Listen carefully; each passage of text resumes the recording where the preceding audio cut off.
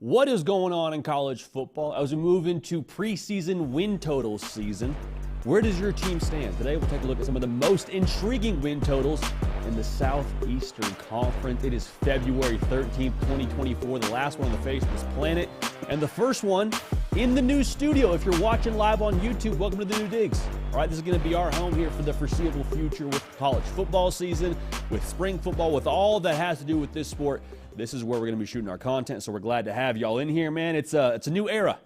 New era, still getting the bells and whistles rolling. You got Nick Brake, who used to be to my right in the studio. Now he's to the left, so that will be a good time. We'll get to the question and answer portion of this. We got a lot to jump into, as we always do. We got win totals, like I just mentioned. The state of the Michigan and Ohio State rivalry. Think about how much has changed since clock hit triple zeros in Ann Arbor. Michigan's got a new head coach. Ohio State's got a new quarterback and a new offensive coordinator. There's been a lot of moving pieces within that rivalry, a lot of pressure in Columbus this year to win that football game. So we'll kind of take inventory of things from Ohio State side of things, from Michigan side of things, and also I want us to take a look at what's going on in Big Ten country in Westwood. Yes, UCLA is now part of the Big Ten, and they just landed themselves a new head coach. Deshaun Foster was the running backs coach for the Las Vegas Raiders for all of like 12 days. Got offered the job to be the head man at UCLA. I said, hey, I'm a Bruin. Let's get this thing done. And when you look at the reaction from the team when they announced that he was going to be the next head coach, I don't know if it's going to work or not. I got my thoughts on it that I'll give you here in just a little bit, but you cannot put a price on buying. Looks like a whole lot of buying within that team with Deshaun Foster being the next head coach. We got that. We got thoughts on Florida and can they take the next step. We had one of you ask us who could be a team or what are some teams that maybe are projected to be underachieving, but they end up being what last year's Missouri was, end up winning 9-10 games. Got thoughts there. Also, another team in the Sunshine State with Miami. One of you asked, are they going to be a college football playoff team? We think there's a good chance. We'll give you our thoughts. Bottom line, there's a lot to get into. We want y'all locked in right here. We have a lot coming down the pipe here for you when it comes to spring football, when it comes to potential coaches' interviews we're working on getting lined up for y'all. Bottom line, want you subscribed to be a part of this going forward, okay? College football, y'all that are locked in right now, we said it earlier in the offseason, this is junkie season, all right? They're not playing games right now. You know that, I know that, and a lot of folks know that that left the sport. They'll come back late August, they'll show up and kind of get a lay of the land. Us that are dialed in right now, okay, this is our time. We're fiending for message board intel. We're watching the transfer portal like a hawk because UCLA's portal window is now open. This is what we do. This is where we separate ourselves as the college football public by being locked in every single day of the year. Can't waste too much more time. Let's get right to it.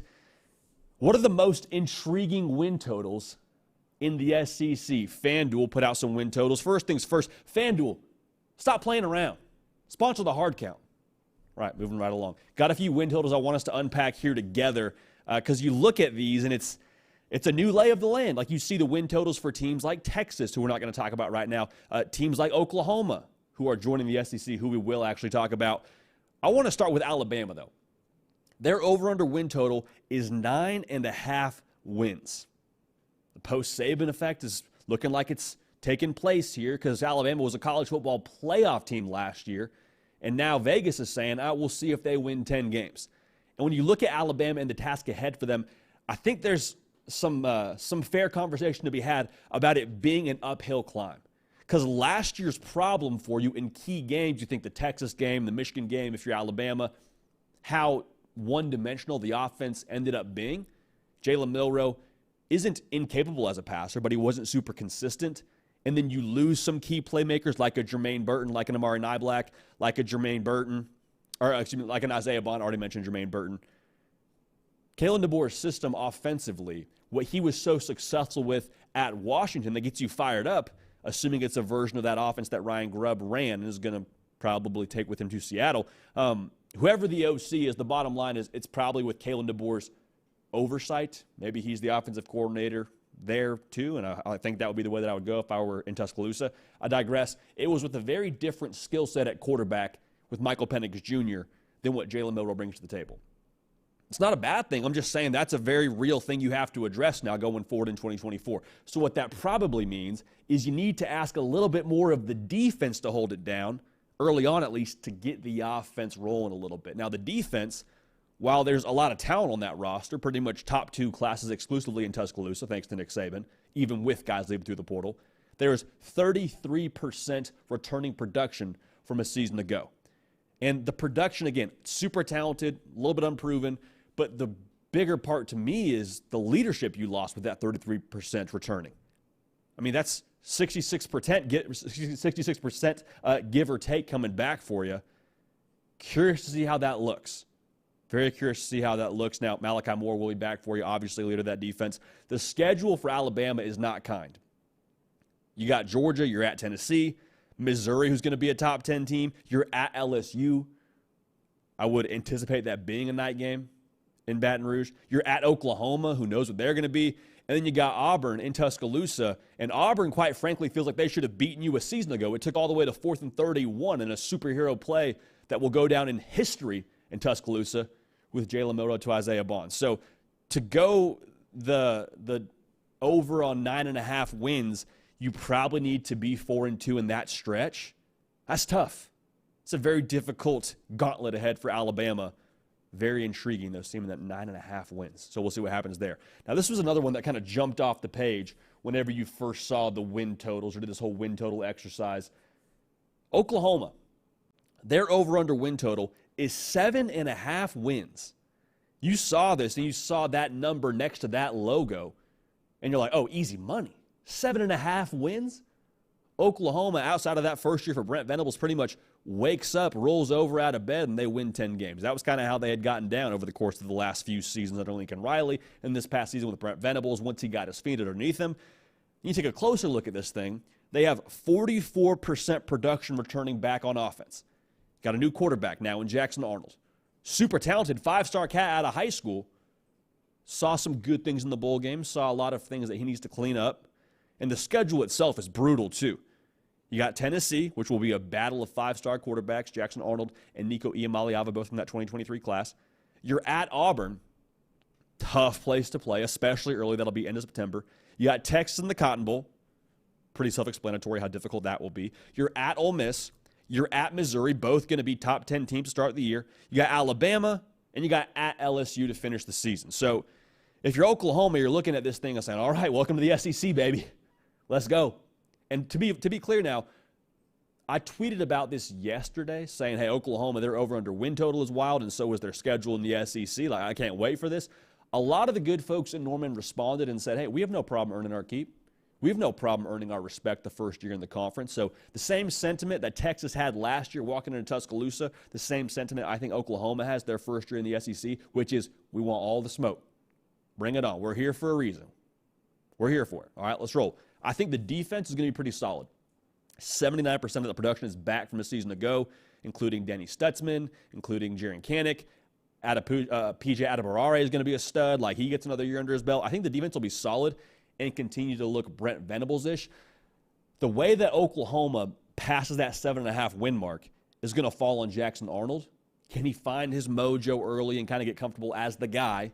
You saw some good things in that bowl game, but again, you saw a lot of things that made it look like, all right, we got some work to do to get comfortable playing college football. The other part of this, though, for Oklahoma, Jackson Arnold elevating his game and being able to be a steady force for Oklahoma's offense is going to be huge in the sense that it's going to allow Oklahoma to play in different styles of games, most notably games where you have to trade scores.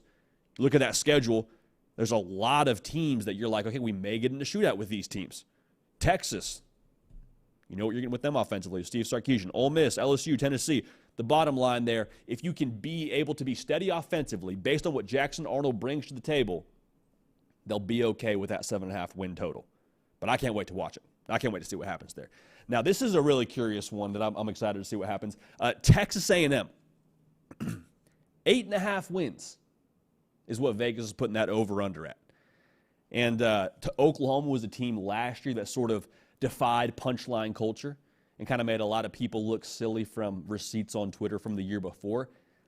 I wouldn't be surprised if Texas A&M has a field day with punchline culture, because everybody wants to talk about, well, Texas A&M, they got this much on the roster, they've underachieved this way, and they hired a coach from Duke. Like, say what you want right now. Get all the punchline culture takes off your chest right now, because I think Texas A&M we're kind of forgetting the fact that, one, they have a really good roster still in College Station. Two, they bring a lot of that really good roster back from a season ago with their top 20 returning production in the country. Also, did we forget Connor Wegman's just a really good quarterback from what we've seen so far? I mean, we talk about the ability. We know that's there. Saw some really good things from him early on in the season before he got hurt. The schedule also for Texas A&M is not the worst thing in the world. You got no Georgia. There's no Alabama. And most of your big games for A&M, you get them at home. Notre Dame's at home. Missouri's at home. LSU's at home. Texas is at home. That game against Texas will be absolutely cinema. I can't wait for that. The thing with the A&M now for me, like, the problem with them has never been on paper. It's never been about the roster or them not having the goods within what they do strategically at Texas A&M. Like, it's never been really about, like, the players and their talent level. The issue for A&M over the course of the last couple of years has been direction, has been structure, has been discipline, has been getting the most out of that roster. We'll enter into the fold Mike Elko, and I think he brings exactly what the doctor ordered for A&M. He is that culture. He is that toughness. He is that guy who's done more with less with what he was able to do at Duke. So I'm excited to watch it. I think A&M at that 8.5 number, I would not be surprised in the slightest if we sit here in December of this year and we're saying, yeah, A&M, 10 wins. They popped. They're in the college football playoff. They have that kind of ability on the roster, and Mike Elko, I think, has that direction for them. So that should be really intriguing, one of the most intriguing totals for us when it comes to the SEC and some of these preseason totals. Let's talk about the Georgia Bulldogs here. Because Georgia, they have the highest win total, tied with Texas in the SEC preseason, set at 10.5. And 10.5 feels high for some people, but you look at Georgia and, like, I think we got to use the Kirby Smart gauge. Because 10.5 means they can only lose one football game and no more, right? Because 11 wins, that would be 11-1. If you lose less than that, you're at 10. You hear what or you lose more than that. You hear what I'm saying? You lose 2 games, you're at 10-2. You don't hit the over there. Got to use the Kirby Smart gauge when assessing Georgia here because that roster, I truly believe, is as good as anyone else in the country. Also, you bring back Carson Beck for another year. The dude looked very good his first year in the saddle. Now he and Mike Bobo, get another year to put it together. So much of college football is avoiding that letdown game. Like, it's not about who has the best roster week in and week out. Otherwise, it'd be Georgia, Bama, Ohio State for the most part every single year. But Georgia, and that win total to me is intriguing because if they're going to lose one game impacts a Kirby Smart coached football team than it does other teams. Like, one loss for Georgia, to me, that impacts them a lot more like a polar plunge than a meltdown. Some teams, they lose one game, they start questioning themselves, they question the way they do things, they question each other, they question their culture. For Georgia, just what I said, it's a polar plunge for them. It's a hard reset. They lose one game. Okay, hey, let's figure this out. Let's get back together. We got that out of our system. Let's go attack. Look at the last couple of years for Georgia. They lost the 2021 SEC title to Alabama. Polar plunge, reset, bounce back, win the national championship over Alabama. 2023, not healthy. They're dinged up. They lose the SEC title to Alabama. They go to the New Year's Six Bowl and just absolutely beat the doors off of Florida State. It's a hard reset for Georgia. That's who they are. So if you're telling me you can have one loss and still hit the over on 10.5 wins, I like that a lot. I like that a whole heck of a lot from a Georgia Bulldog fan. Last one I want to get to here, Tennessee. Over under 8.5 wins. A lot of 8.5s here for the good folks in Las Vegas. Very interesting path to over 8.5 wins. They have a dense schedule, not overly brutal. They have Bama. They're at Georgia, which are obviously going to be very difficult tasks in themselves. No LSU. No Ole Miss. They play Florida, but they play them in Knoxville, and Florida just has been a little bit of a tricky task for the Vols over the course of the last couple of seasons. 94th in returning production is Tennessee. So you see their schedule, you say, okay, I guess I see a path there. Then you see how much they don't bring back. New quarterback in Nico Iamaleava. This number to me tells me two things about how Vegas perceives Tennessee. The first, they feel like with what Tennessee has on that roster, this schedule is manageable. That's how they feel about it. The second, though, they are accounting for Nico being that dude.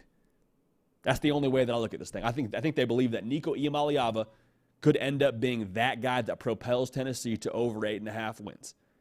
Because 94th returning production, you would imagine that total to be a little bit lower. 8.5 feels generous for a team that brings back not a ton on either side of the football. But we've seen how this offense can work when it has the guy playing quarterback. We saw Hendon Hooker run this offense to over 40 points a game and beating Alabama and having a tremendous season. Like, we've seen what it can look like with the right pilot. Now, with Nico entering the fold, the top player from the 2023 class, I don't think it is a stretch to believe that that could be Tennessee yet again in 2024. So a lot of intriguing win totals out there. Again, FanDuel, get it together, sponsor the show. But I'm excited to watch what these win totals end up looking like and how we call our shot here when it comes to a little bit closer to the season. Again, these are not predictions. These are just talking through the win totals.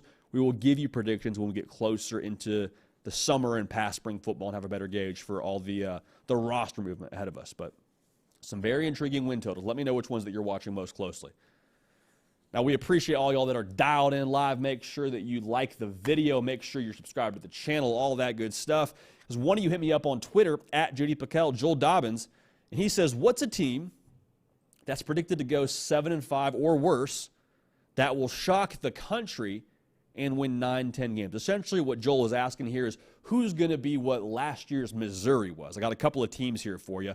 This is a great question to get right now when it comes to projections of what Vegas thinks these teams are going to be. Nebraska, they're at 7.5 over-under win total. And they're one of those teams that I think absolutely could be a team that shocks the entire country. And the way they would do that is by expediting Matt Rhule's process. Year one, it's always about installing the culture and your way of doing things. Year two is about learning how to win. But look at what Nebraska has coming back. Top 3 in returning production from a team that had 5 one-score losses in 2023. So I understand the schedule will be a little bit more difficult with the new Big Ten, but if we're going to call a spade here, like Nebraska, if they go 5-0 in those one-score games last year, they're a 10-win team last year. So just keep that in mind. Defense will keep them in a lot of games. I truly believe this. Tony White, one of the best in the business, man, calling that defense for Nebraska. They allowed 18 points a game. Again, they got a lot of those cats back. The way they get to double-digit wins, if they want to win 10 football games, they got to go from phase 1 to phase 2 of the Matt Rhule plan, go from installing culture to actually knowing how to win, and no figuring it out. No, I think this is how we're supposed to win football games. Got to find a way to have that killer instinct. When you're in one-score games, close. You got to put that to bed. That's how you would do it. Double-digit wins is a lot to ask for. It's going to take a lot from your effort to be able to get to that number. The other part of this, Dylan Raiola, if they're going to win 10 football games, has to be the starter, has to be that dude. This is no shade on anybody else on Nebraska's roster or on that quarterback depth chart, but like Dylan Raiola has the highest ceiling, I truly believe, of anybody else in Lincoln right now playing quarterback. And if you're going to win 10 football games, he has to get it and get it early. Now, again, that's asking a lot of a true freshman. I don't think that's the expectations I would go in with from a Nebraska fan. But you look at their toughest games, at Ohio State, at USC, at Iowa, has to probably be solid in those. But even more importantly, I think he has to be the difference in those swing games. The swing games being games against Illinois, UCLA, Wisconsin, among others. Like Dylan Raiola has to propel your team when it's a one-score game. It's back and forth. He has to be that playmaker for you, or at least a big reason to why those other playmakers make plays. So curious to see that. But I think Nebraska, if you're going to tell me they end up winning 9 games next year, I wouldn't be overwhelmingly surprised. But I do think Dylan Raiola and this overall culture internally at Nebraska would have to take a massive step forward. Now, Kentucky, they're another team I'm watching here. Over under 6.5 wins. So right around that 7-5 projection is what you expect Vegas to give them. This feels like the Mark Stoops special, doesn't it? Doesn't it just feel like one of those seasons where he just kind of puts it together when everyone's talking about how Kentucky is down and how Mark Stoops almost took the A&M job and everyone's got these opinions on, Liam Cohen leaving. I think the offense has more in the tank. I really do. I think Brock Vandagriff is one of the best kept secrets in college football right now in the SEC. He was a 5-star recruit in 2021. He was a top 5 quarterback in that class. Just because you couldn't get on the field at Georgia, just because you couldn't beat out Carson Beck, doesn't mean you can't play ball.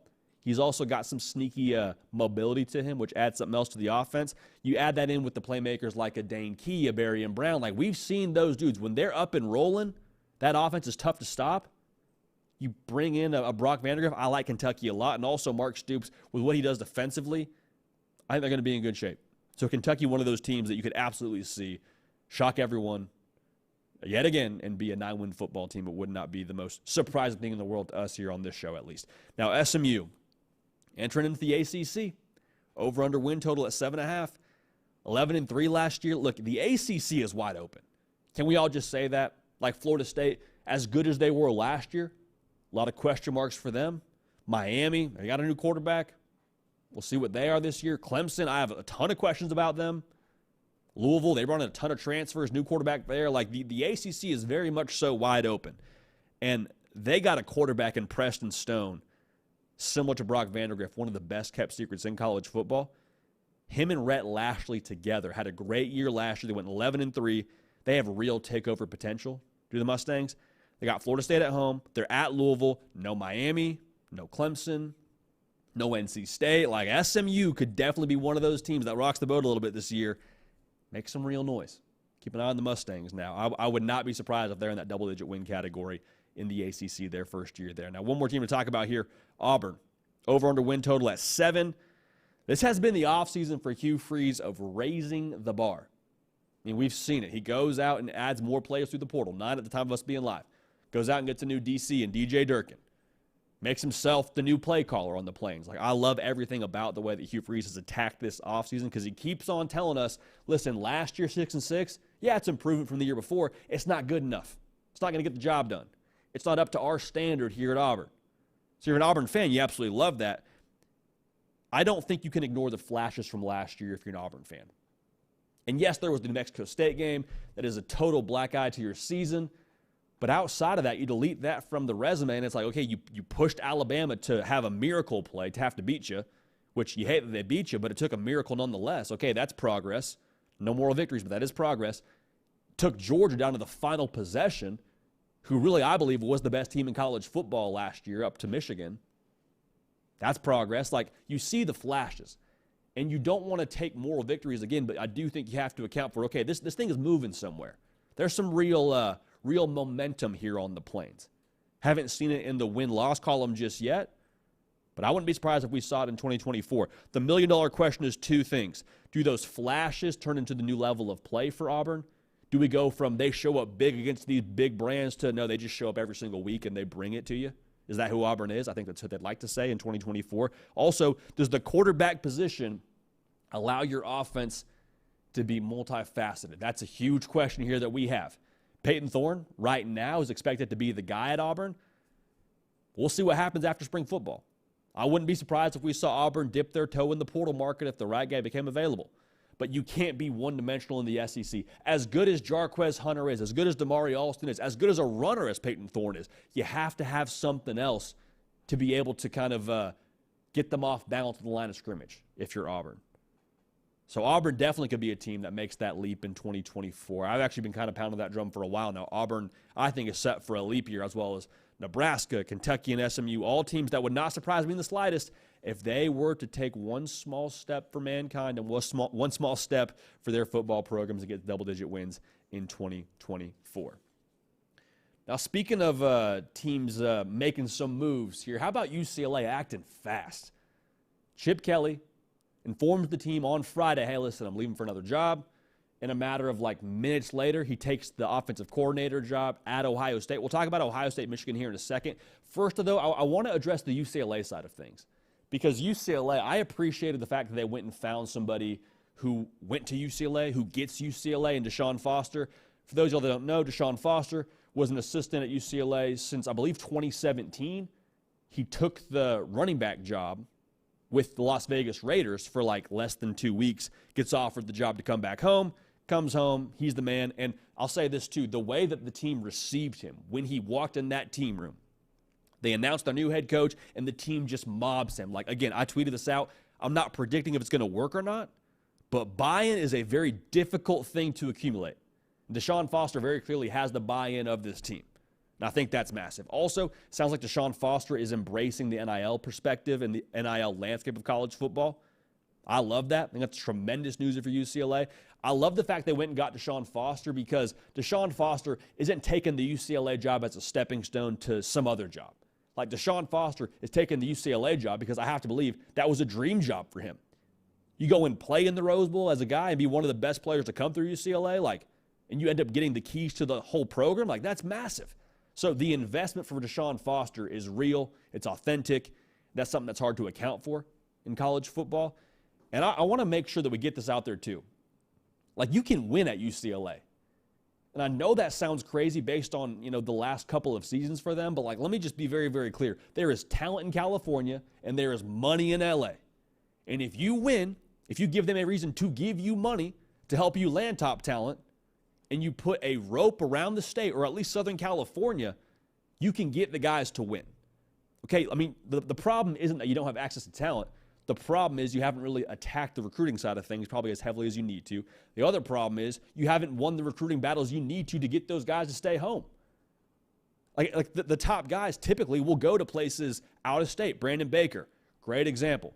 Goes to Monterey High School, takes his talents to Texas. There is no way in the world that a team in Southern California in the Big Ten should let someone like that get out of the state.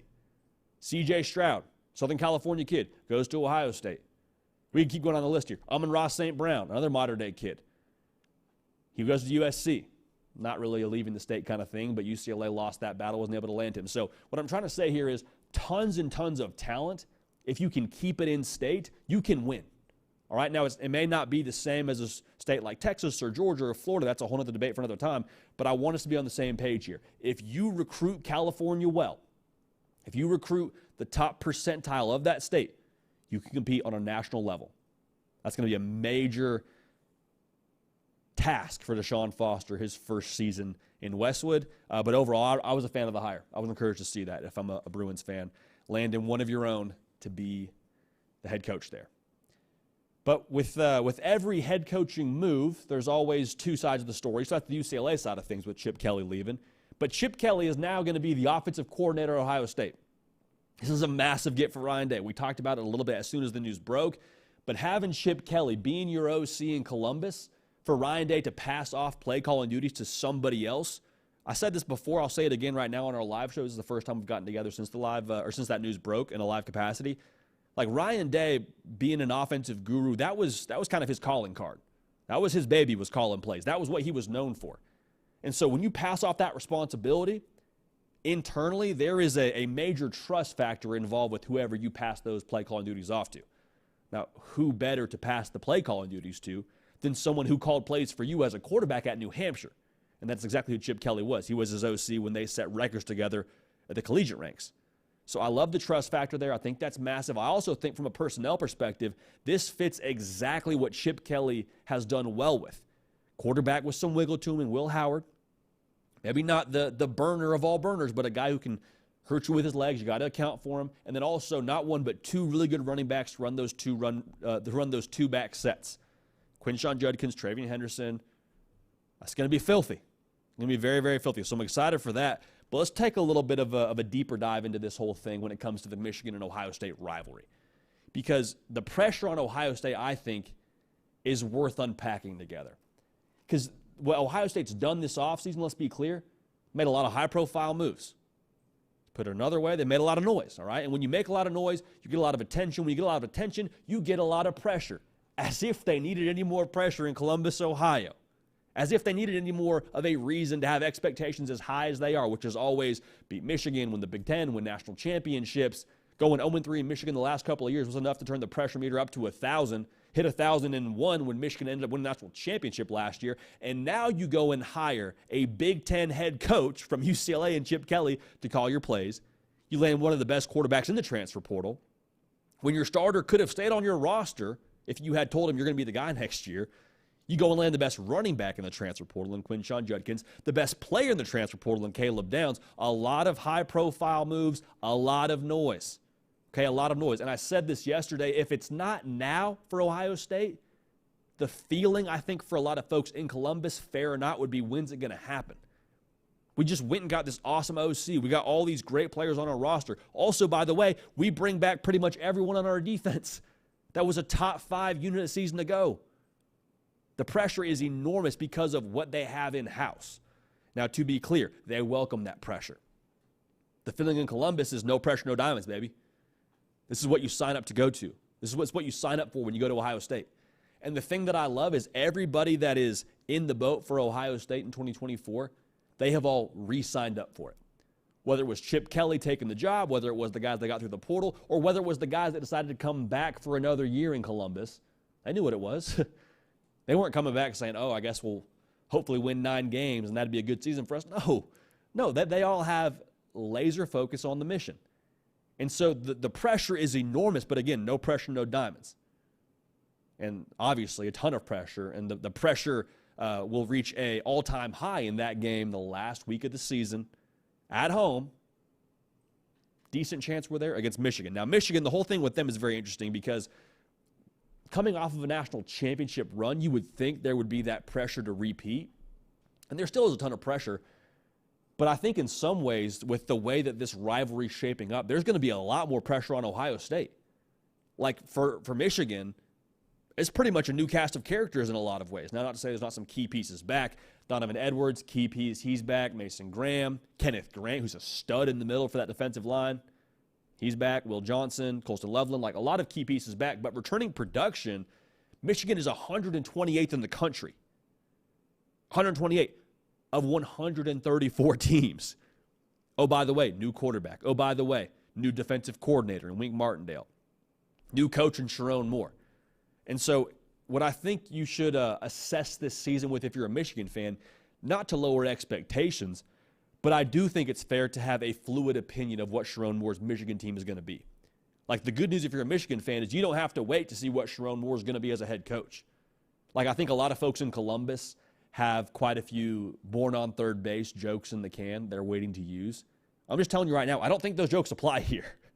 I don't think those jokes apply because third base doesn't look a lot like 128th returning production and your staff pretty much being rated by Jim Harbaugh as he moves to the NFL. That's not any shade on Jim Harbaugh. He just offered those guys a job to go coach at the highest level of football. So Sharon Moore, to be fair, I don't know if he's starting on first base, but I know definitely he's not starting on third. Definitely not just a ready-made situation to be successful. And so in some ways, while there's pressure of the Michigan brand and pressure coming off a national championship, I think Michigan has every freedom in the world to be exactly that. Play free. Feel free of these expectations that you got to be last year's team. Because chasing last year's team anyway is kind of a fool's errand. You're never going to achieve all that you want to achieve by trying to be that 2023 national title team. This is going to be a brand new team, brand new pieces. We'll see if they go after a portal quarterback. Brand new, I believe, identity in Sharon Moore, but still they're going to try and, I think, stick to the same pieces that were successful for them in 2023. And when I say pieces, I mean way of doing things. Like, you're not going to abandon your practice schedule that allowed you to a national championship. Sure, you tinker with it. You make it your own if you're Sharon Moore. But just so we're on the same page there, it's not going to be a situation where you walk out there, microwave, boom, win all your games, national championships just handed to you. Now, they may win the national title. They may win all their games, but it'll be a very different way of getting it done based on this new production and based on their new head coach and new quarterback. So I can't wait to see it. But that game, man, the last week of the season in Columbus, Ohio, when those two teams square off, I'm fascinated to see where we are when that game arrives for both Ohio State and for Michigan. I would expect them both to be in a pretty good standing as it relates to the college football playoff and the Big Ten title race, but the pressure is all on Ohio State, and they welcome it. They know that. They signed up for it. They love it that way. And for Michigan, man, there's pressure for sure because of your brand, but the pressure I think they should feel pretty free from when it comes to having to recreate what last year was. Last year was last year. This year is this year. And it's going to be a phenomenal game in Columbus at the Shoe. That's going to be one that's going to be box office in every sense of the word, man. I cannot wait for that one. Cannot wait for that one. It's going to be a lot of fun. Going to be a whole lot of fun. Speaking of fun, one of y'all got at me on Twitter, and I was looking for a clever segue into that and kind of butchered it. The bottom line here is follow me on Twitter at JD Pakel to be able to contribute to the conversation and to be able to add in and have segments like this during our show. Best part of this is hearing from y'all. People's College Football Show. You can't say that and not include the people in the show. Roy got at me, and he said, do you think Billy Napier takes the Gators a step forward in the right direction with the gauntlet of a schedule that they have this season? Very fair question. We'll answer it right now. But first things first, make sure you're subscribed to the On3 YouTube channel. College football every single day. Want y'all a part of it. Please and thank you. All right, let's roll. There is a world now. I want to make sure we're on the same page here. There is a world where Florida is substantially improved from a year ago. Like, they have a better way of doing things. They're more disciplined. They kind of have a better mesh overall on offense and on defense. They're a much better team, but have the same record. That's not my answer to the question, but I need us to all be aligned. That's how difficult the schedule is for Florida. Context, context, context. Like, 7 wins, I think, for Florida is, 1, impressive given what they have. 2, it makes Billy Napier and his job security, which everyone wants to talk about right now during the college football offseason, makes it more of a conversation, I think. I think 8 wins secures his job, but it has to look a certain way, I believe, for there to be some more satisfaction around that 7 wins. Just look at what we got here. We got Miami, Texas A&M. You got UCF on the schedule. They're in the Big 12 now with KJ Jefferson and Gus Malzahn. Like, honestly, who knows about UCF? You're at Tennessee. You got Georgia, and this is all in a row now. You got November 2nd, November 30th. Georgia, neutral site, at Texas, LSU, Ole Miss, and at Florida State.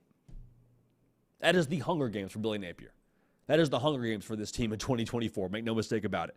Going 3-2 in that stretch, I think you can absolutely sell as progress, both to recruits and to the powers that be at Florida if you're on the keep Billy Napier train. Again, 8 wins is that magic number for me to feel really comfortable about job security for him in the long term. But looking at that stretch, let's say you go out and you beat a Georgia and you beat Texas, close loss to Ole Miss, close loss to Ole Miss, beat Florida State. Like, I think regardless of what happens before that, you would have to feel pretty confident about the direction of Florida under Billy Napier by nature of those wins. But how does that happen? How do we get to that situation where you're winning 8 games or going 3-2 in that stretch? Couple of things.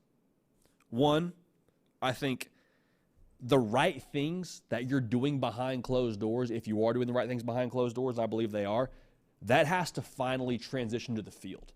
Because there's a point in time whenever you take over a college football team that, like, you're grinding behind closed doors. You're grinding, you're planting seeds, you're trying to do things the right way, you're trying to work out the right way, you're trying to put the right structure in place. And you might do that for a full calendar year, a full 2 years, and not see the fruits of your labor. That can't be the case in year 3 for Billy Napier. And the way that would show itself is in those close losses from last year that should turn into wins this year. I'm talking about the game against Arkansas where you got a chance to win the game and can't get it done. Game against Missouri, you got them on 4th down in the game and can't find a way to get a stop. It sounds overly simplistic and cliche, but it's 100% the truth. Those little things you do behind closed doors, they add up culturally. The details, they add up.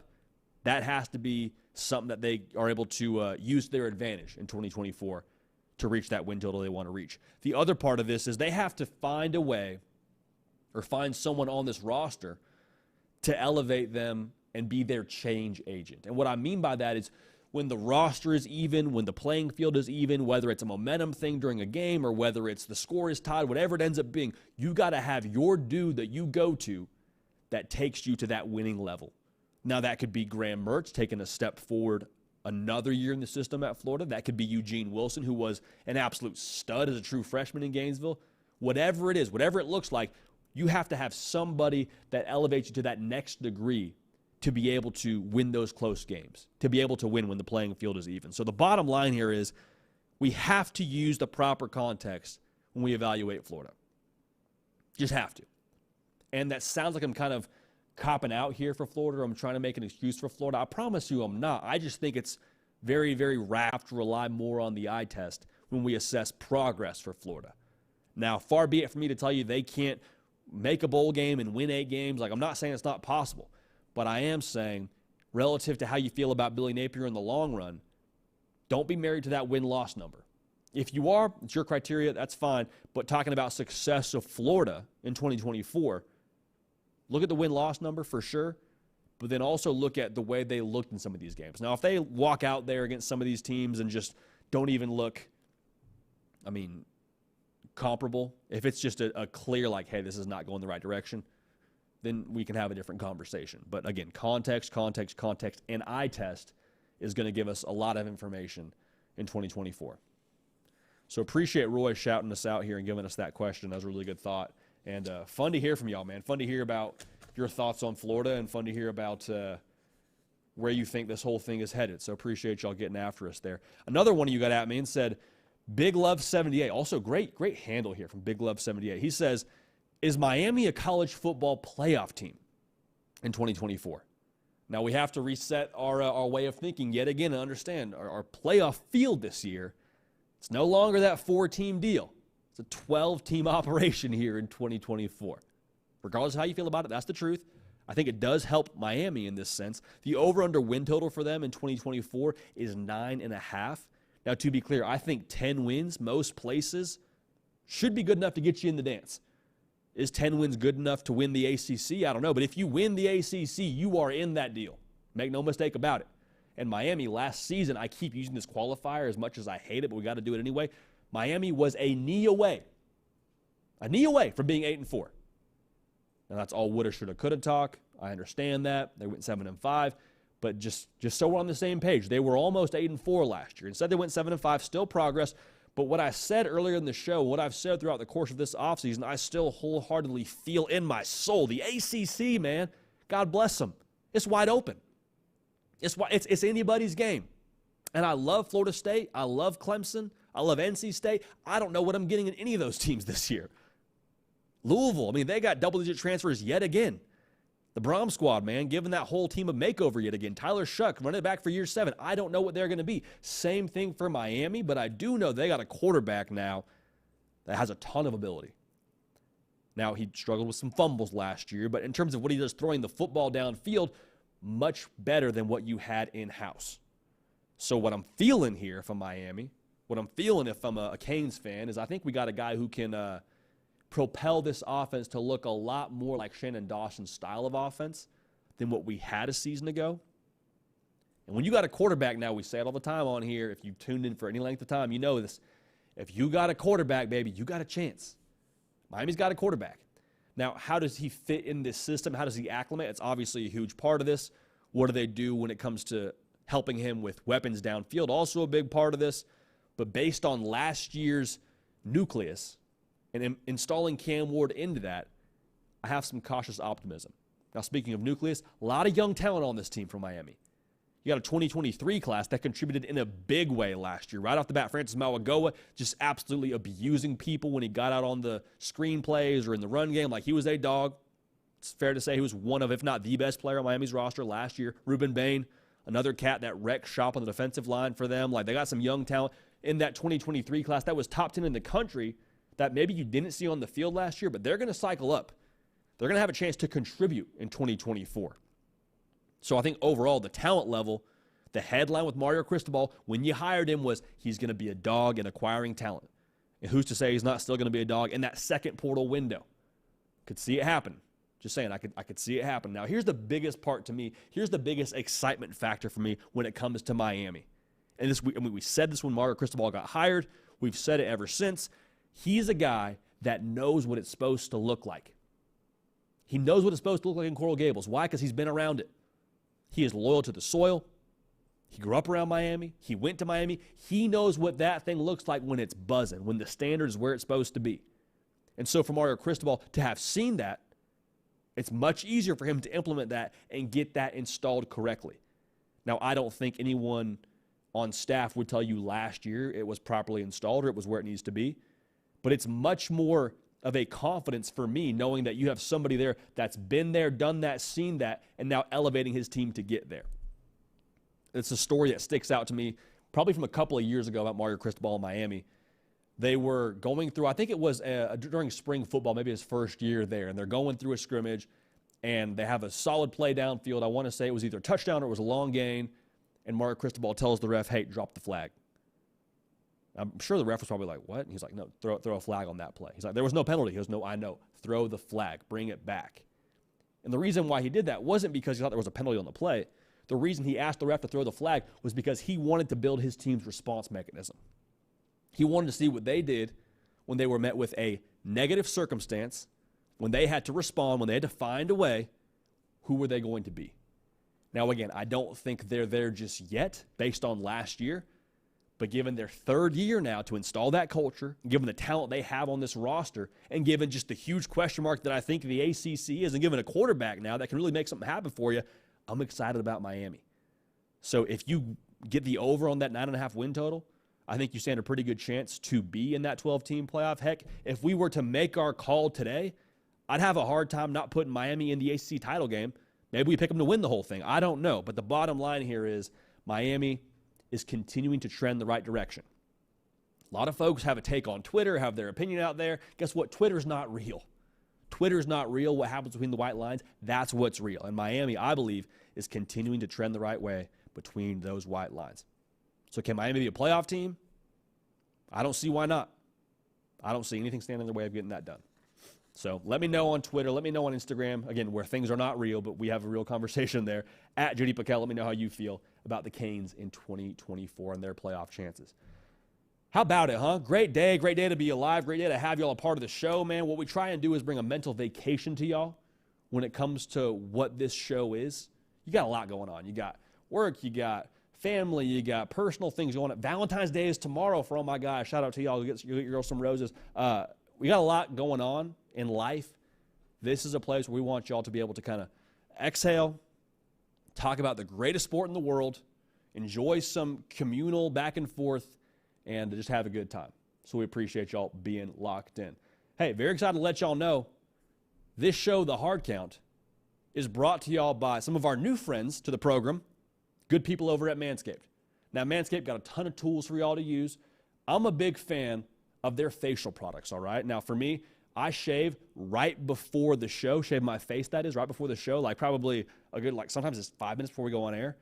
I don't have a ton of time to really look through all the places under my chin and right above my nose. Like, I got to make sure that we're having the right razor to get that done. Manscaped, I'll tell you what, the best product in the business to get a nice shave you want. It's not going to give you any nicks as you go through. You're not going to have any cuts that you walk into, your date or your YouTube show that you end up doing about college football and have some blood running down your cheek. Really good product, high-end, top of the line. Manscaped will take care of you. So, a little gift for y'all. Redeem code HARDCOUNT for 20% off your first purchase. Again, that's HARDCOUNT, HARDCOUNT, for 20% off your first purchase at checkout over there with Manscaped. So check out Manscaped. Great tool. Appreciate them making this show happen and bringing the good product to y'all. Speaking of a good product, speaking of just a good man, good people program of the people, the people's program, whatever kind of tongue twister you want to throw in there. How about that guy, Nick Brake? Nick, new digs today. You're looking good. You're feeling good. How we doing, brother? This feels really weird over here. I know, dude. We're just looking at each other now. There used to be a wall between us. Yeah, I still am staring at you via the monitor. Obviously, you're looking the other way. I know. It's a bad habit I got to break. I mean, there used to be a physical wall there. There was. Is there an emotional wall there right now? Or are we? There's not an emotional wall. Okay. Sorry, I wanted to ask. No, it's actually a great day today because Jay Floyo 11 is back. I saw that, dude. He was blowing up the chat to start it. Yeah, I think I counted like 25 consecutive messages. So Jay Floyo, we're glad you're back. We're not glad you have COVID, but we are glad to see you here. Not hyped about that. Since it's Jay Floyo's return, I'll go with his question first. He said, JD, who wins the Heisman? Just give me one player. His shot. One player, JD. And I'd love to see everyone in the chat say their one player that they would give to the Heisman. JD, if you had to choose today, who do you call? If I had to choose today, like good odds, I would take Carson Beck because he's going to light it up. Georgia's going to win a whole lot of football games. You want to hear a fun one, though, Nick? Want to hear a fun one that I think would probably get the people going a little bit? Let's hear it. Why not Jackson Dart, dude? They're going to score a lot of points. In the 12-team playoff, maybe that widens the margin a little bit for how we evaluate the Heisman. Give me Jackson Dart, dude. Sick eye black over the face, the Anakin Skywalker deal he's got going. Kind of looks like Anakin Skywalker with the flow from Episode 3.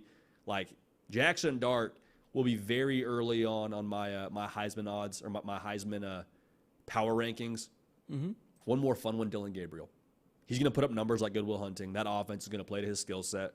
He's left-handed, Bo Nix. I love him in that Oregon offense. Those are my top three to start. But probably the best odds you would get, like the best bang for your buck, Jackson Dart. Probably best odds preseason would be Carson Beck in terms of like closest odds. Yeah. You know? Well, OG Gary says Nico. Dude, talk about, hey, that'd be some good odds right there. You get Nico Iamaleava. Yeah, Big Joe says Dylan Raiola. That's a quick one. That'd be a fast one. Sheesh. And then Jay Floyo says, the force is with you. Also with you, Jay Floyo. Yeah. Next Nick, question. what's your metachlorine count, Nick? Oh, dude, it's through the roof. Is it really? Not even Master Yoda has it as high as I do. Are you with the dark side, though? No. Are you sure, dude? Look. I can't tell. Everyone has to resist the urge to go to the dark side. But I am a huge fan of Star Wars, as you can probably tell. I love it, man. I love it. Next question coming from King Epic. JD, who, if anyone, do you think will be the new team to run the Big 12 the way Oklahoma did in the last 20-plus years? Hey, we're aligned here, Nick. Yeah, we are. We're in lockstep here, baby. The Utes, baby. The Utes. You know what you're getting with Kyle Whittingham.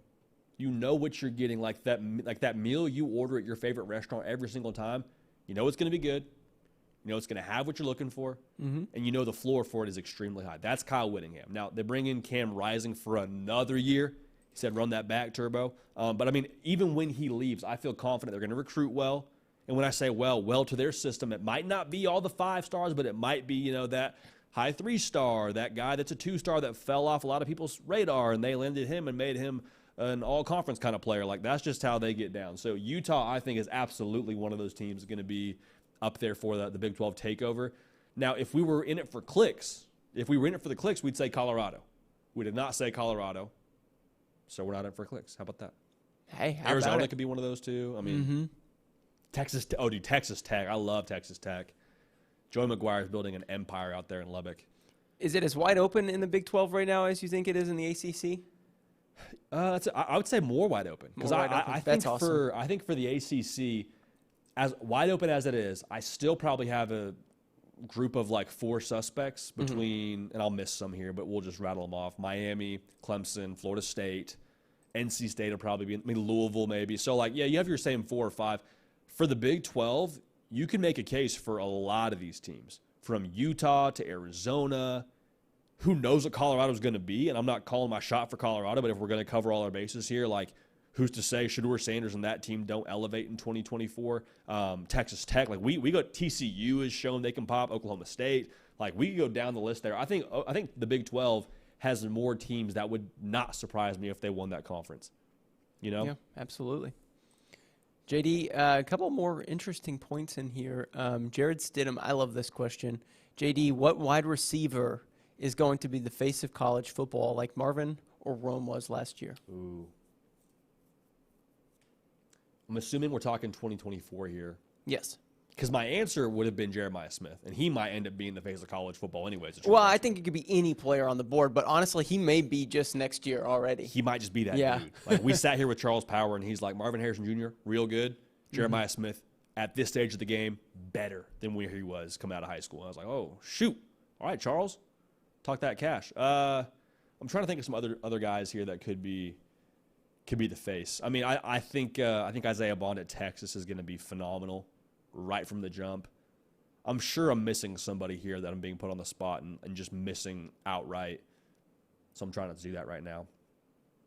Evan Stewart at Oregon is going to be a dude. I mean, he's going to pop in a big way next year in that offense. I'll go ahead. I'll say Evan Stewart right now because they're going to feed him.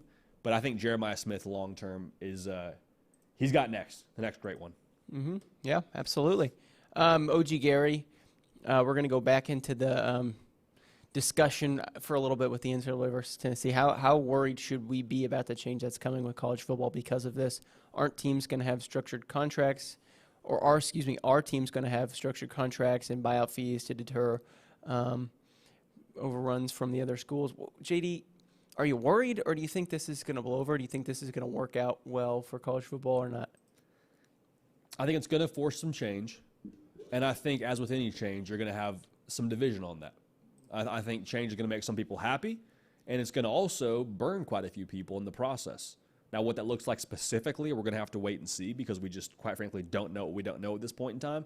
I do think change overall is going to get us to a better place than where we are right now because it's very obvious the way things exist right now with how aggressive the NCAA is being with their investigations and trying to make a case, like that can't stay the way that it is. And we've already opened Pandora's box with the attorney generals going to court with them. So I think, like we just said a second ago, there's going to be change, and that's going to rub different people different ways. But overall, I think it will be a net positive when we look back on the sport in 10 years. Okay, really good. That's good. Okay. stuff. Make me feel better. I appreciate it. A couple more questions Hope to I'm get right, to. you know? Hope I I'm hope you right are. here. I think you are. I think you're right. I agree with you. Timothy Hunt, what are your thoughts on the Sooners in the first year in the SEC? Hashtag Boomer Sooner. We talked about them earlier, JD, but let's get to it one more time. Oklahoma, you've got a positive. I think the vibes Right? are You've good. got a positive vibe. Vibes are good. It's just so funny because you see that over under win total and you're like, that logo, that win total don't usually go together. You don't usually see that at this point in February. We're talking about, preseason win totals for teams. I just think so much of it comes down to Jackson Arnold. Like, that is cliche to say because he's the quarterback, so there's kind of a no-duh statement baked in there. But at the end of the day, man, like, the defense is going to be able to keep him in a lot of games. The defense with Brent Venables running the show, with the guys they have coming back 79% returning production, they're going to be in good shape there. But with Jackson Arnold, he has to be able to keep this offense multiple and allow them to play in styles of games where they got to trade scores. When they're trading scores with Ole Miss, can you go blow for blow? When you play against LSU and they score 7, can you answer with your own 7? Like, games like that, if Jackson Arnold can allow them to win a few of those, they're going to be just fine. And I think just fine is probably the label I'd put to them over the course of the next couple of years in the SEC. I don't think they're going to have this massive issue, this massive fall off and be a bottom-tier SEC team as some folks would like to believe they're going to be. Don't think that's the case for them. But overall, like in year one, Jackson Arnold holds the key to all their success and, quite frankly, that over-under win total of 7.5. JD, there is a program guy in the chat, so before we get out of here, I think some shout-outs are in order for our buddy Cody Belair. Dude, best in the biz. You're the ultimate program guy? Best in the biz, Yeah. man. We appreciate that, Cody Belair. If y'all don't know, Cody Belair, Charles Power, nobody better when it comes to the scouting and ranking process in our industry. I'm telling you what, they're the top dogs. No ifs, ands, or buts about it. Cody Belair, got to get him a program shirt, man. We texted the other day about getting a program shirt to him, and it's only right that the program guy, Cody Belair, has a program shirt. So we're in the process of getting that done. But Cody Belair, man, I'm telling you what, nobody better. No way around it. Nobody better. Man, we've got 2 more shows this week, so what do you say? That's let's it? talk more then. Yeah, do it. I don't think there are any more questions. Phenomenal. Hey, first one in the new studio, man. How'd it feel? It felt good. It's weird. This will be our studio. It's technically a temporary studio, but we're going to be in here for a long time, so it really isn't. So it's exciting to go look down the hall at our new studio that's in construction, but I think this one's going to do the job and more, and then some. I'm excited to be here. A lot of good moments, a lot of good content going to be shot in here over the course of Yeah. less than a year, but the next college football season probably we anticipate, right? Yeah, absolutely. It's That'd going be to be the fun. next one. JD, okay, look, I was going to get out of here early, but Ferris Khan had a question. Ooh, Noah's brother. You fine if that? You Yes, fine if we get to anything. that? Okay, Yes, of sounds good. course. Noah and Genghis. Genghis Khan. Yeah. Do you think it is likely that Michigan, Ohio State, and Oregon all make the playoffs and go 11-1, and go 1-1 against the other two? The one that does not go to the Big Ten title game might be better off than the others. That's a really interesting. That's a really good question. I think I don't know if better off is the verbiage I would use, just because if you're in the Big Ten championship game, given the divisionless structure of it, I think you're in the in the college football playoff regardless. Now, the conference champion obviously gets a bye, so keep that in mind. To answer that question, I personally, I'd be surprised if we're not sitting here early December and talking about all 3 of those teams, Michigan, Oregon, Ohio State, being in the expanded college football playoff. So any way you draw it up, maybe you're happy to play less games and save the body a little bit. I don't know if you're happy to not win your conference and get a bye, but overall, I see where he's coming from. I do think all 3 of those teams, as we sit here right now in February, have a very real case, a pretty strong likelihood to end up being in the dance when we get to 12 this upcoming year. Yeah, absolutely. It's going to be 12 teams. Yeah, the door's certainly open for multiple teams in those 2 big conferences. Propped open. Yep. Just they got a door stop. No key card necessary. You just walk right in. The door stop. Yeah. Door stop. It's doing the job. Yep. Well, Nick, same time tomorrow, brother? Same time tomorrow. Heck of a job, man. We'll see you then. Running the new spaceship. That's the man, Nick Drake, man. Making it all happen. Punching the show live, getting to the questions, throwing up the lower thirds for the ad reads, just Swiss Army knife, man. True, like Travis Hunter plays both ways. Nick Brake plays like both ways, and then he plays special teams, and then he also kicks and returns his kicks. So appreciate Nick Brake, ultimate program guy, making this thing happen. Hey, appreciate y'all being dialed in, man. Like I said, we try our best to make this like a college football communal safe space for all of us to just hang out, talk some ball, celebrate the sport that we love, exchange opinions, exchange takes, and have a good time doing it, man. This is everything that we love about college football. We talk about it right here. So make sure you subscribe so you don't miss a minute of it. Tell a friend, man. Enjoy this Tuesday. Same time tomorrow, 11 a.m. Eastern. Same time tomorrow or same time as well on Thursday, 11 a.m. Eastern. Bottom line, we love y'all. We appreciate y'all. We're going to keep this party rolling, and we will see y'all next time.